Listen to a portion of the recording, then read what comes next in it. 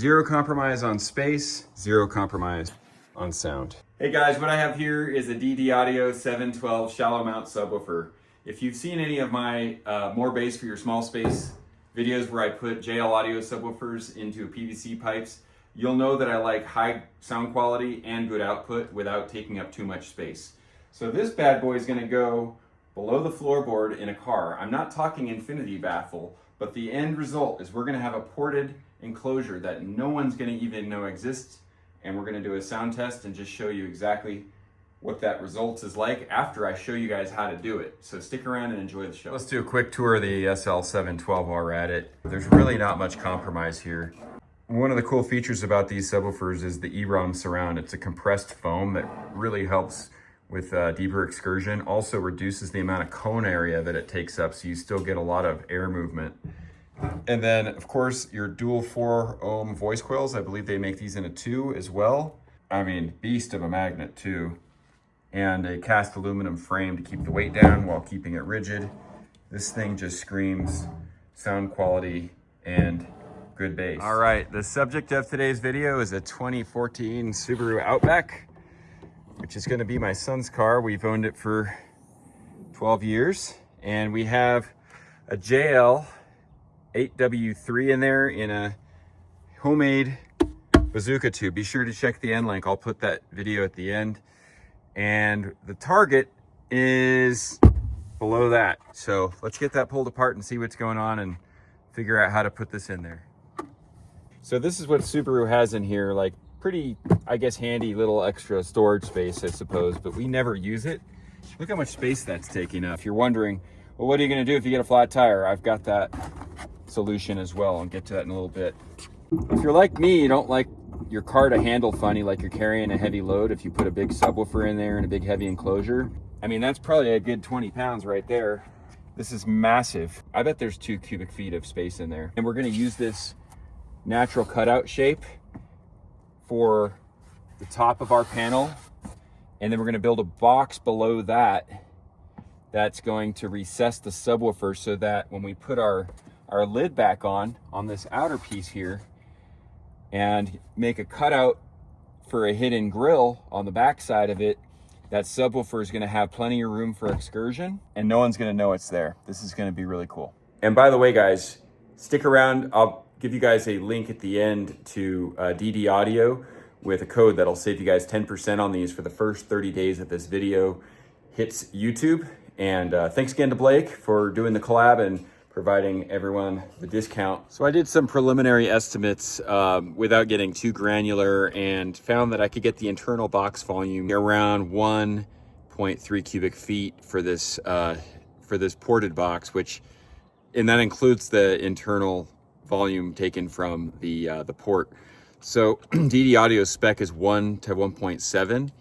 You know, ideally, you know, at least get it to 1.5 would be nice, but I think even 1.3 is acceptable. And here's how we're gonna figure out what we need to do for the box size. This is an adjustable level that I just basically spread the wings out so it sits where that top panel comes down. That's the limitation of our ceiling of the box.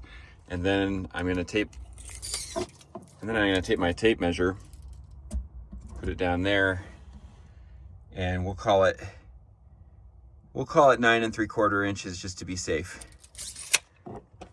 So 9 3/4 is our max depth, assuming that we went all the way down to where this is. But if we do that, now we're losing some length here from the contour where the tire goes. So what I'm gonna do is I'm gonna measure how far I can get if we're sitting on top of the level, which is on that. We're gonna have to subtract this thickness, and then we'll measure front to back, and that gives our rough outer box dimension that way. And then we'll do something similar for the other dimension. All right, that puts us at right about 20 inches before it runs into that contour. Now you could get crafty and build a shape like that, but I don't think we need to.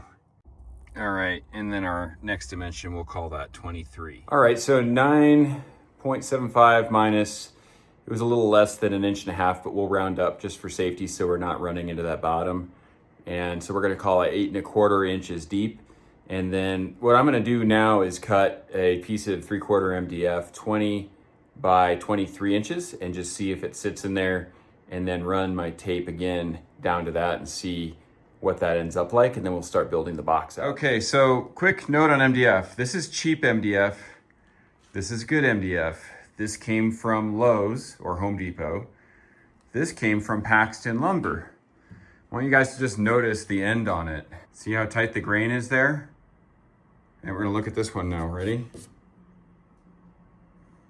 Look at that grain. They use larger particles and less density on these. Obviously you guys want the good MDF. It actually weighs a lot more, and that's how you know it's better. It's worth taking the trip to your lumber yard and making sure it's the good stuff. It'll have a much smoother finish. I ran a carpentry business out of this shop for over 10 years, making premium custom cabinets for people's homes, and I only got the high density stuff because it took paint better, it was sturdier, it was much easier to work with, didn't split or chip as easy. And for sound, that density means rigidity and sturdiness, right? So it's gonna sound better as well.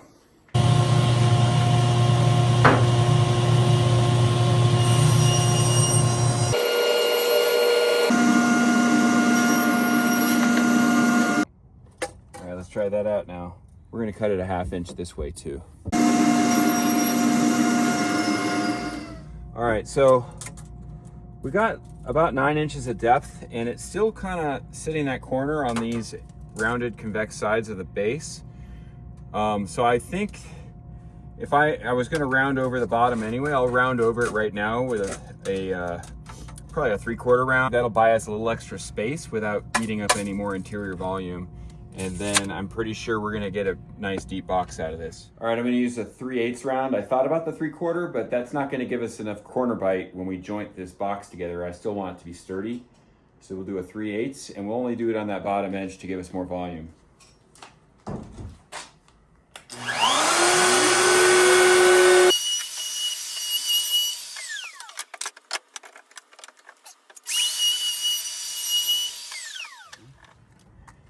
See how we did there. Oh baby, we're sitting on the spare tire bump, which is perfect. That's really just maximizing that space. And yes, 9 and 1/8. Okay, I'm gonna go ahead and get the rest of this box cut, and I think we're gonna have to do some trickery on the inside to reduce volume while still making the box have the right port dimensions and the right volume.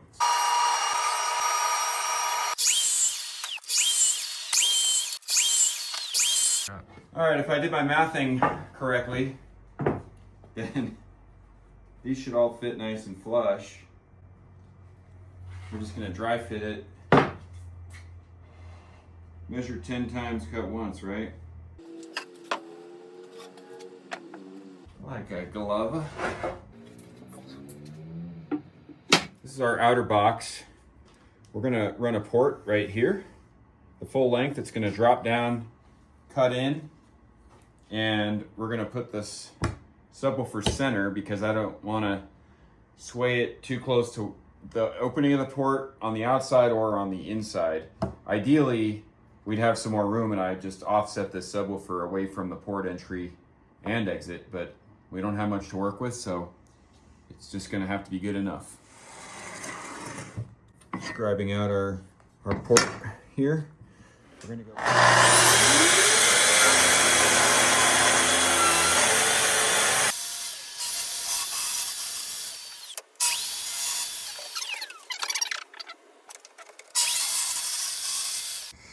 Okay, so that's our port. I'm gonna cut this off with a multi-tool. We'll smooth it out, and I'm gonna round over it with the router bit so we have a bit of a flare on the end to give it less chance for chuffing. Okay, this is gonna overcut it just a little bit, just like I did there, but since we're gonna round it over with the router, those should all disappear.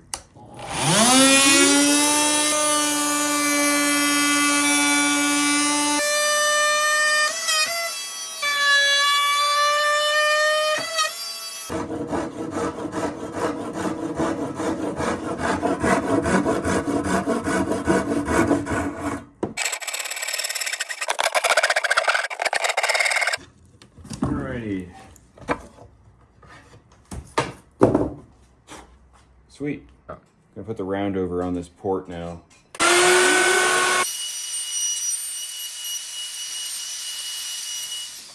All right, I'm gonna cut this out for the whole sub to drop into. We're gonna do an internal baffle so that there's plenty of room for excursion before that subfloor.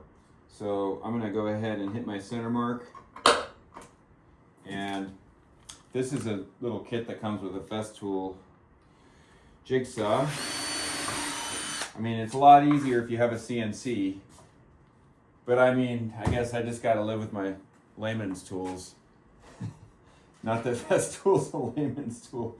These things aren't cheap, and I really don't even recommend buying them unless you're running a business or you just have lots of money on hand. But they sure are the cat's meow. So that's gonna guide the saw and give us a perfect arc. Yeah, I've got this sort of scrap piece that isn't pretty, and I'm gonna use that for the baffle because who cares what it looks like. We're gonna cut a 17-inch ring instead of doing a straight baffle all the way across because every little bit of this box volume is important. And then I'm gonna cut the cutout for the mounting inside of that.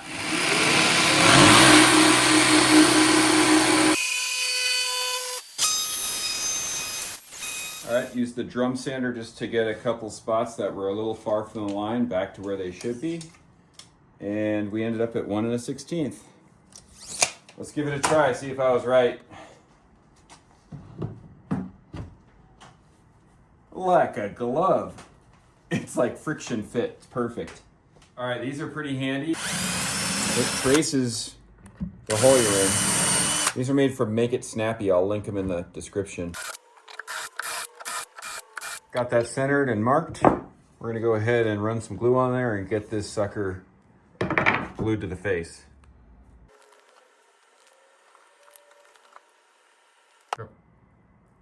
If we have a little bit go inside, I don't care. I want this sucker solid. Also not shown after I had this glued in, I added screws on the backside to make sure we had some mechanical strength as well.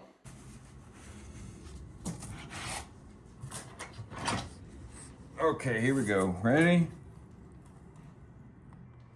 Okay. I'm gonna clamp that.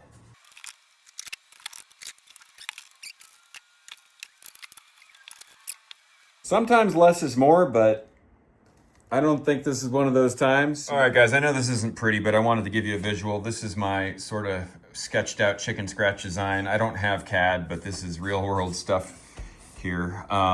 Anyway, these are my dimensions for the different cut pieces, right? And my internal dimensions. I did my calculations. I subtracted the port volume from the box volume, subtracted the baffle and the sub displacement, and that leaves us at about 1.2 inches squared, which is in their range of 1 to 1.7 inches. Yay. And then the port opening ends up 20.25 inches versus spec is 20. That's pretty darn close.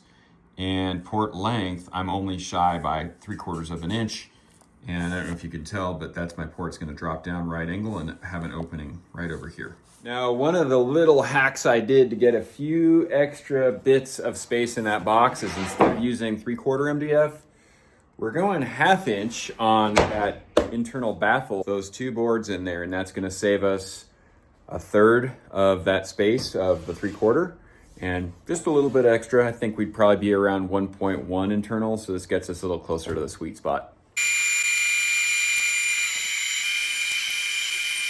All right, guys, so just gonna dry assemble sort of how it's gonna work out. This is upside down, right? So where the table here is the face where the subwoofer is gonna be, right there. The baffle's drying right now, so I'm not using it. The intake to the port is on that face too. See it in there? And then it comes in and it bends around here. And then the intake from the inside of the box is right there, and the air travels out like so, and the bottom of the box goes right here. So we're gonna go ahead and get this jointed and glued and set. And then once, we might be able to even get the baffle on there. I think it's been clamped up long enough.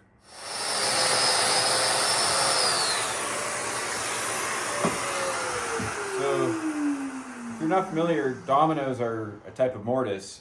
You can dowel this if you want a less expensive rig to set that up. And then, but Dominoes are sweet if you got one.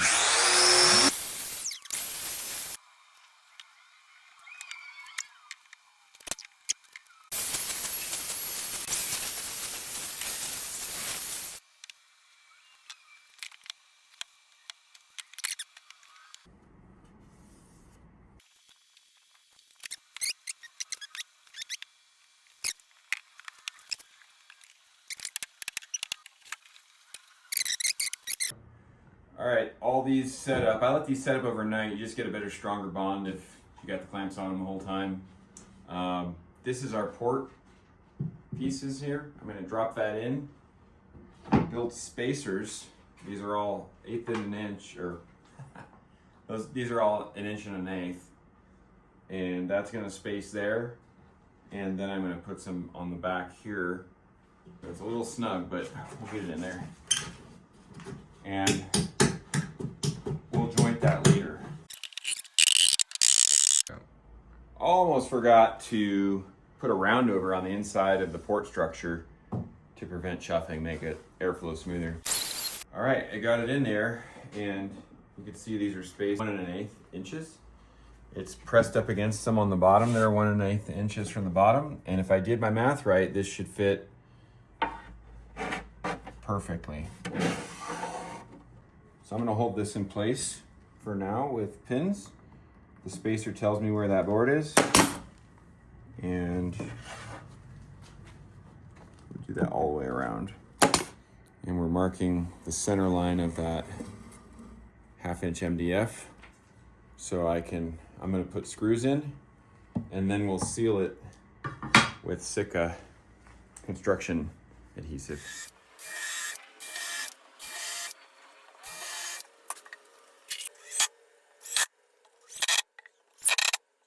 By the way, if you're wondering the screws, cement board screws. I like these. Make sure you tap them good. And if you're using cheap MDF, it might split the end grain, but this is more almost like a HDF, so it can handle it. All right, I got marks for my dominoes. I'm gonna get the bottom on, and we're gonna keep the top off for now because I still wanna test fit this before securing that sucker if we need to cut it down at all. Okay, this might look a little overboard, but again, one of those things like sometimes more is better. Not always, but sometimes.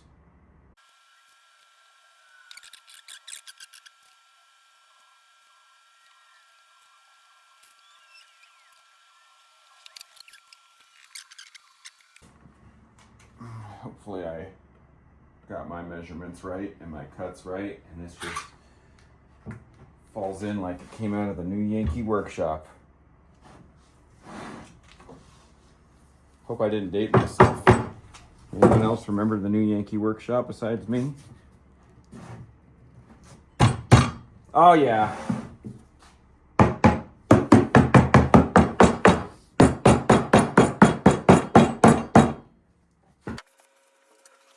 Clamp it and pin it.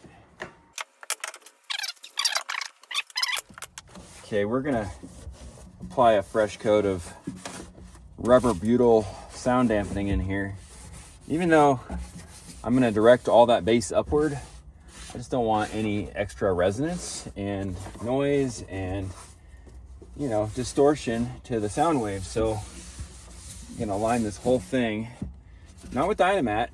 Stick around, I'll show you what I use, and I'll link it in the description. It's about 5-10 times cheaper, and it's basically the same thing. This is what I like to use. It's on Amazon. It's a giant package for not that much. We're gonna go over the old OEM stuff, and then I'm just gonna use the edge of a mallet to rub it on. All right, let's see what some dampening does here.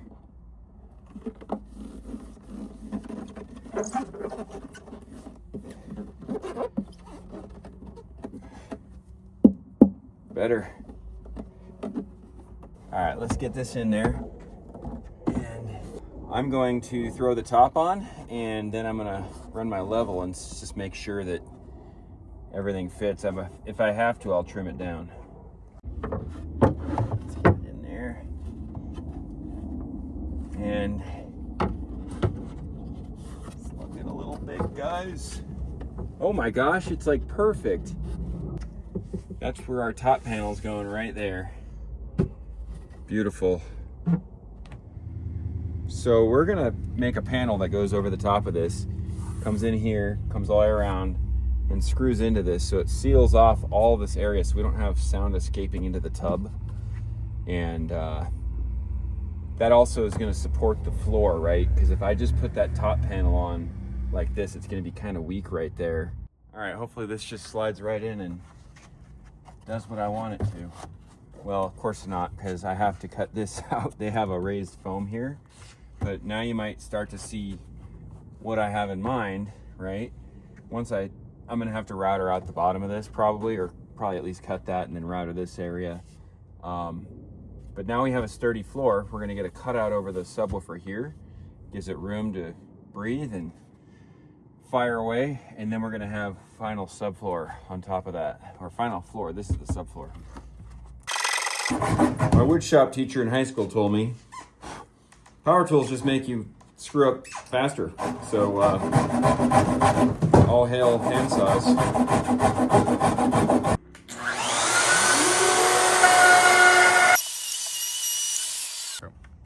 There's the cutouts. See how it does. Oh yeah, baby. Look at that. Sweet. It's coming together. I'm gonna hit all the dominoes on these, and then we're just gonna put corner pieces in for 4 corners, and that's gonna allow us to line up where that plate in the car attaches. Just hold on, you'll see what I'm talking about. All right, so we're just gonna get this dry fit, and then drop it into the car where it wants to sit, and then we're gonna pin that panel to it, pull it out, and then we're gonna know exactly where that hole's supposed to go. Here we go. Drum roll, please. Okay. That's all good.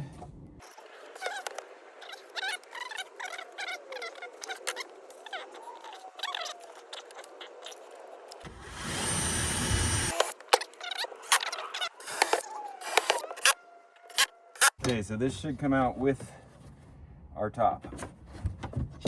How am I looking? There we go. Now we know where everything lines up.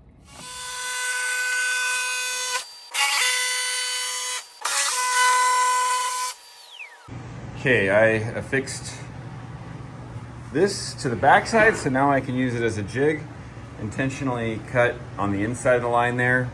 And I'm gonna use the flush trim router bit to flush those edges up so they match.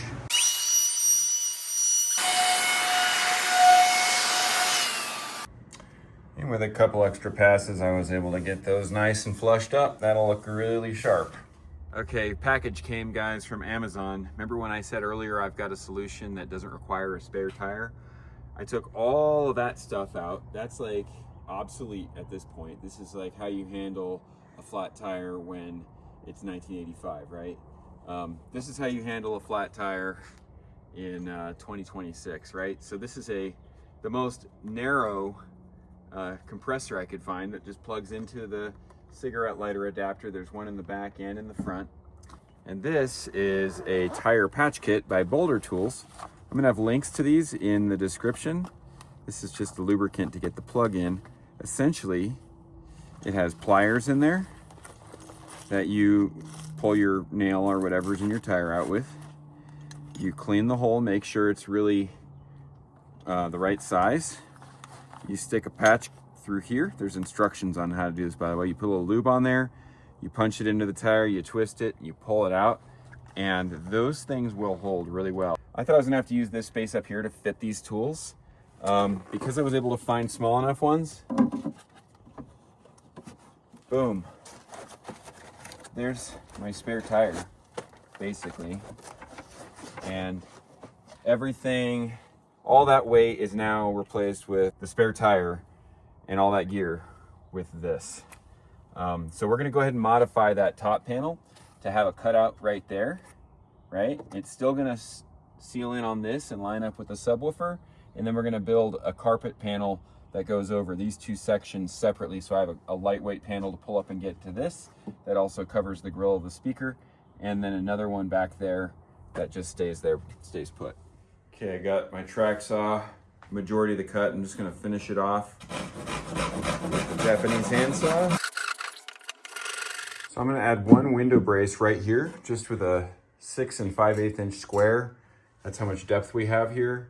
And I'm going to use a hole saw for that, so we have circle in the middle rather than a square. That's going to provide more rigidity all the way around than if you do a square shaped cutout.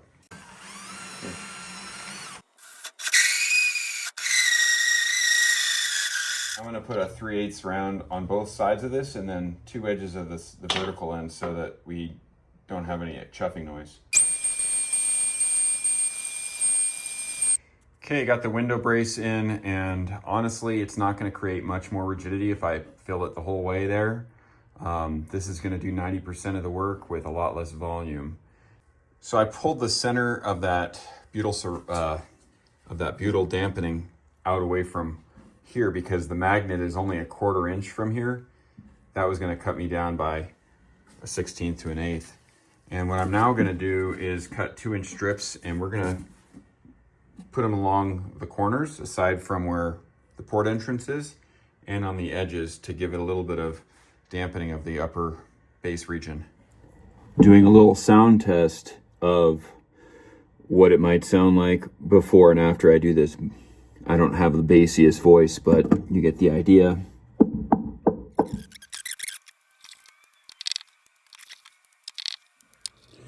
All right, testing again. Sounds damper to me. I don't know if you guys can hear that. Bass, bass. Okay, I'm gonna cut out of this top panel a opening for the vent, and I'm gonna go wide. I'm gonna go extra oversized so that it doesn't actually add additional length to the port, which could change the tuning. And I'm also gonna cut off this piece. Always something new. This needs to be trimmed down in order to fit everything flush. Okay, sneak preview, guys. This is some special grill material I found on Amazon. I'll also link that. You can see that honeycomb pattern really allows for maximum airflow, but it's still pretty darn stiff. And so that's going to provide a lot of protection. This is going to go on top of a 1/2 inch panel to give me a full 2 inch of clearance on top of the speaker from the mounting ring.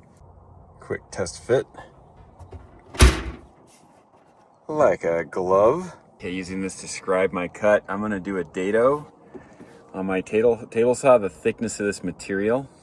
All right, got that all recessed, cut. Very nice. And next thing we're going to do is go ahead and scribe where we need to put the woofer cut. Okay, got that in place. We're just going to mark here with the pencil,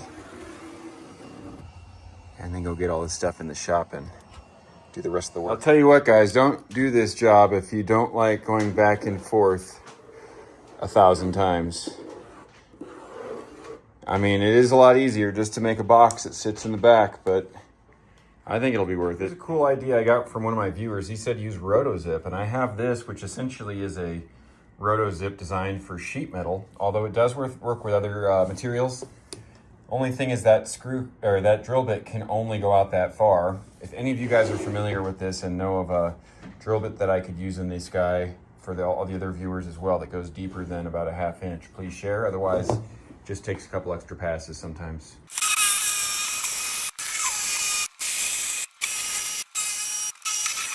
This is a JB Weld experiment. I have never used it on such a large surface area before, so you know, that's one of the fun things about DIY. You're really just trying new ideas. And why not? That's half the fun. If it doesn't work, try something else. That worked out pretty well, guys. This is pretty tight, but I'm also worried this is a rattle culprit with all that bass hitting this. So I'm gonna put a layer on top just to lock it in and trap this grill from bouncing at all. There we go. Ugly, but no one's gonna see it. And JB Weld just has, again, there's countless uses. I don't think there's any way that's gonna rattle. Not to mention, that is rigid, so we can put lots of weight in the trunk on top of that and not worry about that subwoofer at all. Okay, now I was debating for the longest time, what am I gonna do? Am I gonna try to, what am I gonna do? I'm gonna try to replicate these. These are riveted in, I could have drilled those out. I'm gonna hack this thing and we'll see how it goes. Well, if this isn't the weirdest material I've ever seen for one of these. This is smart because it won't swell like MDF. It's aluminum coated PVC is what it looks like. So I'll adjust my saw speed so I don't melt it, and I'm gonna put the track saw on there and probably ruin a blade. All right, test fit looks pretty good. Let's let this cure, and then we're gonna cut the port out over here. Okay, I'm gonna use this to seal the MDF so that way if we get water in the back or snow or something, it's not gonna make this swell, and this will act as sort of a protective lid for everything. And this is it's a spray-on polyurethane. You could always paint it on. Would you look at that? Huh, the Oops Fairy came and cut me a nice port that I forgot. And even coated it with polyurethane. All right, I know that was cheesy. Truth is, I forgot. I completely ran ahead of myself and I was about to finish this sucker without a port. Caught it. Never too late to fix mistakes. Onward. All right, time to get this sucker carpeted. I bought this stuff on Amazon. I cannot remember what it's called, but I'll link it in the description. I like it. It's thick, but not too thick.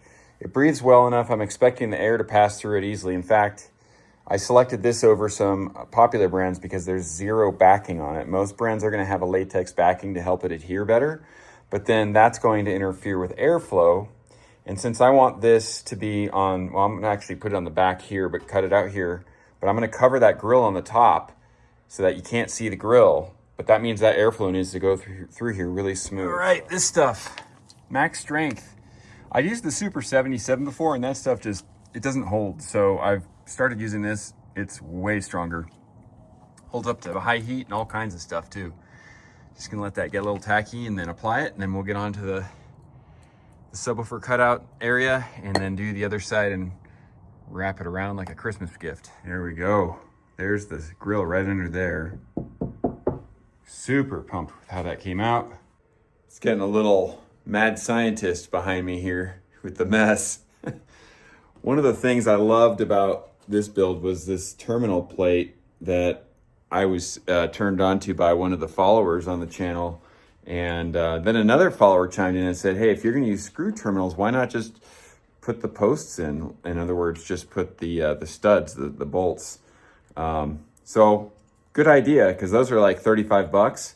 And I was just about to put some stainless bolts from my leftover bolts collection. And then I thought, you know, what would conduct electricity and sound better than stainless?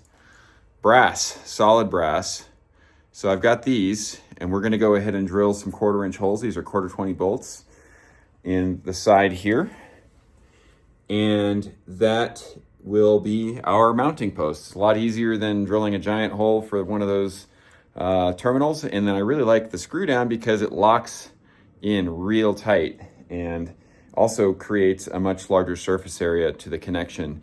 I mean, we spend all this money and time to route OFC copper, right? So why not at least get the best conductivity possible with your speaker terminals? And why not also make sure it's super secure so it doesn't come loose? Okay, got the box drying. We're gonna paint the top of that pretty soon. Got the carpet touched up. I'll be the first to admit I suck at carpeting, so I'm glad that's the bottom. This side looks pretty nice. That's all that matters to me. Just gonna hit this with some basic paint and primer. Getting there, gotta do another coat, get rid of this block. Okay, we're gonna get upgraded speaker wire. I've got 14 gauge, I'm going up to 12. I wanna make sure we have at least a 50 damping factor for this subwoofer with 550 watts and 2 ohms. And by the way, we're going through this Audison SR 5.600. It's a tiny, look at my hand. That is a tiny little amp to be pushing out that much power. Plus, I think it's 100 watt RMS per channel to the 4 doors. And it works out quite well. I'm just gonna use the old wire and I'm gonna black tape it to this and pull it through so I don't have to dig up the carpets again. So I just taped, you know, a 4-inch roughly section to each other. And all I have to do now is pull on the other end of that cord. But quick note on the damping factor. I've found that you wanna have a damping factor of at least 50 in order to control that woofer cone. And depending on the wattage and the damping factor coming out of the amp, you can calculate that and how long your wire run is. And also make sure you calculate what type of terminals you're using, which is why I'm using those brass terminals. That's going to give your cone more control from the amplifier. I'm going to show you guys just so you don't think I'm crazy.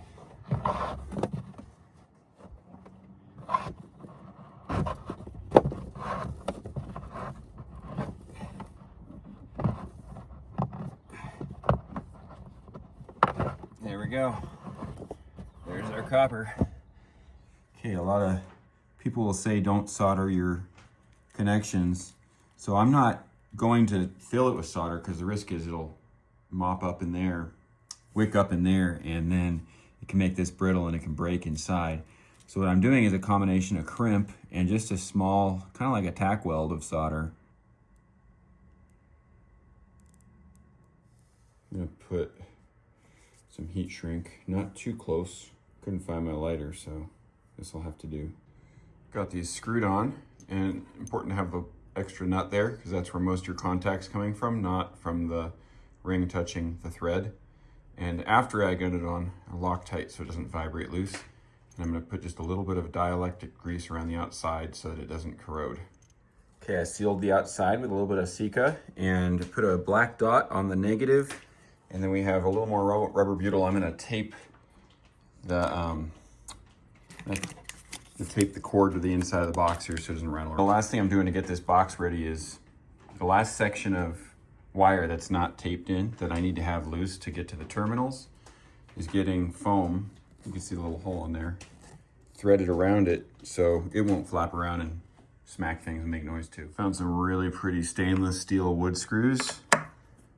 Just gonna hand tighten those in a star pattern so we have equal tension all the way around. Hey, here goes nothing, guys. I can't wait to hear how this thing sounds. Okay, get the wires connected, and then we'll put the lid on and fire away. Okay, let's get this in there and shift this to align it. Then we're gonna get that screwed in. Got these all lined up. These are 2.5-inch cabinet screws.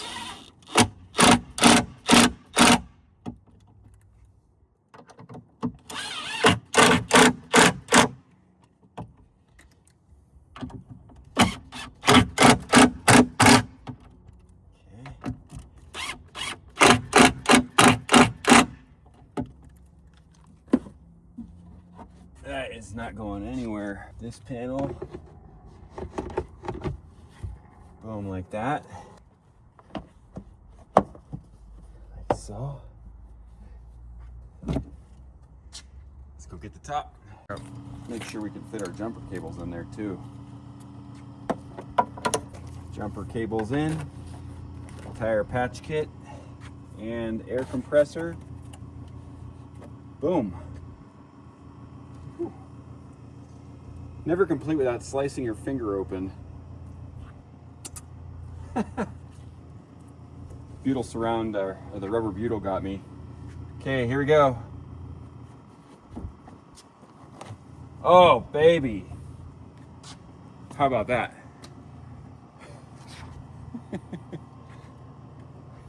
I can't wait to hear this. Okay, last couple pieces. I had to fill this in. I didn't want to have that coming off of this panel because it would have just been too flimsy. So I installed it onto the top of the box, but I had to leave room for clearance. So I filled that gap with some foam, and then down here, I'm gonna do the same thing. Just fill that gap with some foam.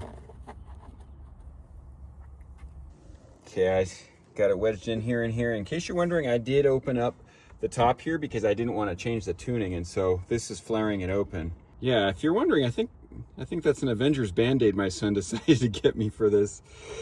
I guess he thinks that highly of me. All right, watch this mirror moving. This is what we first started playing. I think it was Samson, and then we played some Mirage from a movie soundtrack, and it was just intense.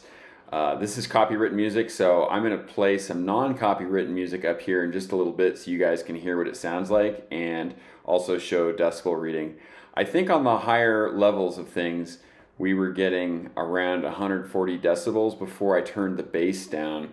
I ended up having the bass up for the JL, and on this bad boy, I ended up running it flat for sound quality, which we'll show in the demo coming up. But check out this bad boy moving right here. It's this is pretty sweet. For a shallow subwoofer, yes. All right, initial impressions. Wow, it's got some meat to it. I'll just say that. It's a lot stronger than any other subwoofer in any of my vehicles. And it's shocking that it's a shallow mount. The tuning in the box sounds perfect. Only rattles I'm hearing is the car, which I'll have to work on, but no chuffing, no noise like that. I'm gonna let this thing break in a couple weeks, and then your next scene is gonna be me testing it. I'm gonna put it through some sampling just to test how flat it sounds at all the different frequencies. I wanna try to get an even EQ curve on this guy, which is gonna be interesting because I don't have a DSP hooked up to it. But we'll see where it stands and maybe get some SPL reading like that as well. And then I'll give you my overall thoughts versus the JL, which I had in there before. All right, guys, it's been 2 weeks. It's broken in. I've got it tuned. And all I can say is this is my best build yet. Pat on back. This was like zero compromise. And we're talking like real high def sound, a lot of power. You can feel it. Super clean. And it all fits in there. And just for you guys, since you've been such good followers, I also bought one of these. We're gonna do an SPL test officially, and a nice, decent mic, so you can hopefully hear it a little bit better through your stereo at home or through your headphones. Put them in, make sure you're listening so you can get the best experience, and let me know what you think in the comments. Hey guys, you might be wondering why it's dark, and that's because in the amount of time it took me to get this film produced and loaded onto YouTube, that song got struck as copywritten. So here goes another one. Hopefully this one holds up long enough that you guys get to hear it. It's got some pretty good bass though.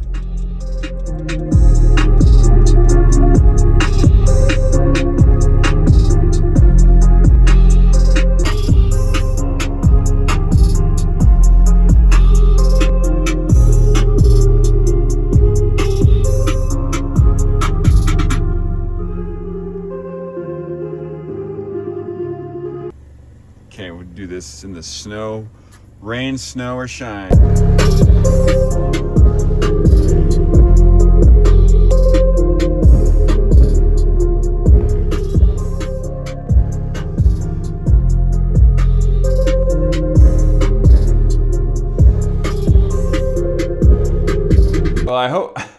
Well, I hope that came through as good as it did on my end. It really sounds good, you guys. I just hope you just take my word for it if it didn't come through. Yeah, that's snow behind me in the middle of May. It's how it goes in Colorado sometimes. We're talking just 550 watts on that super compact Audison SR5.600. That amp is so sweet. I picked that up at Woofers Etc. about a year ago. I highly recommend that amp if you're looking for something that takes under 1,000 watts and can pump, you know, 550 to a 12 and then power all your 4 channels. It's hard to argue with that. And Woofers Etc. has great pricing and service. Check them out.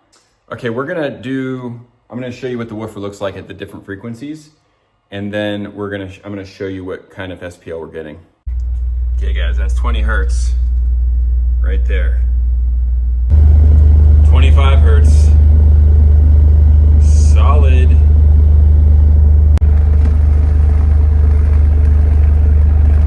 Pretty good port function right there. And let's see what it sounds like with the lid on.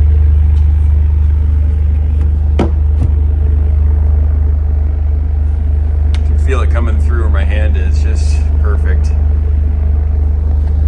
Okay, got the SPL Lab Mini bass meter hooked up. We're gonna go ahead and test out all the different frequencies. Got my volume at 32. Probably could go higher, but we'll see. That's about the loudest I ever played in the car. Okay, 20 Hertz, here we go.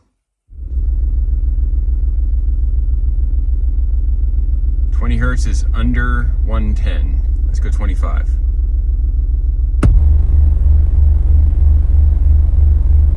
Nice.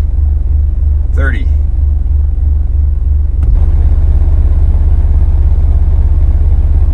35.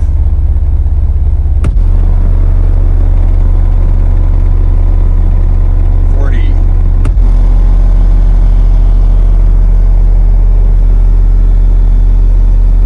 45.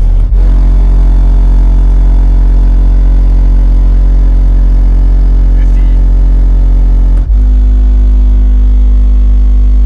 55.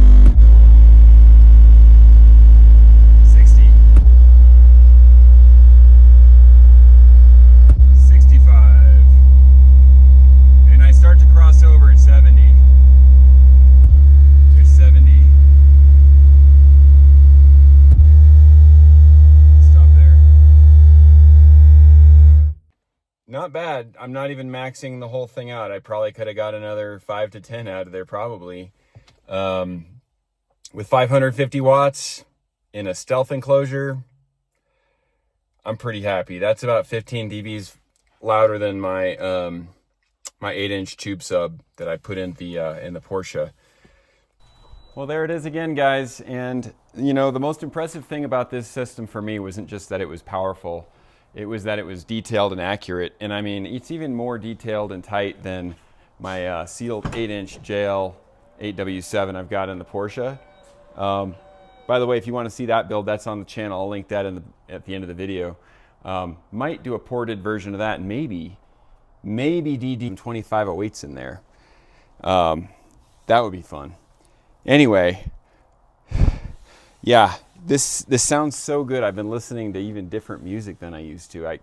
If I wanted bass in the past, I'd listen to Price or Samson or something like that, but nowadays, like, you just throw on some AC/DC and it jams. I mean, it's like this thing hits you like you're at a concert. So I couldn't be happier. And Blake, again, thank you for hooking that up. And if you've made it this far, you get a free promo code from Blake at DD Audio for the first 30 days after this video goes live. Mark your calendars. You got 30 days to get 10% off at ddaudio.com for any of the SL subs, whether it's a 10, a 12. I think they even have a 15. That promo code at DD Audio is Wally Makes Stuff 10, and it's going to just show on the screen here so that the Google search crawlers don't get it. It's only for you guys. Make sure you write it down. And again, 550 watts is all you need, guys. Have fun. I hope you guys enjoyed that. And if you like subwoofer builds and other DIY stuff, be sure to subscribe. My son is the primary videographer on this channel, and I'm teaching him how to run a business with this and get into audio gear. So show us some love, throw some hype points, and see you guys on the next one. Zero compromise. Zero compromise on space. Zero compromise on sound.